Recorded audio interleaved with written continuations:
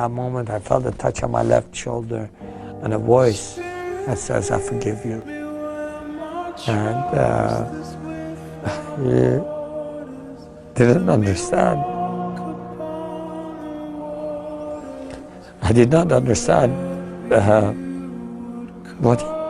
how could that be possible? Because I have heard Allah is forgiving and merciful, but we cannot know His forgiveness till the day of judgment. So I said, "Who are you that forgives me?" And I feel forgiven today. And he said, "I am the way, the truth, and the life."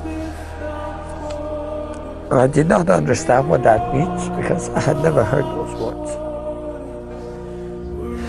So I said, "What is your name?"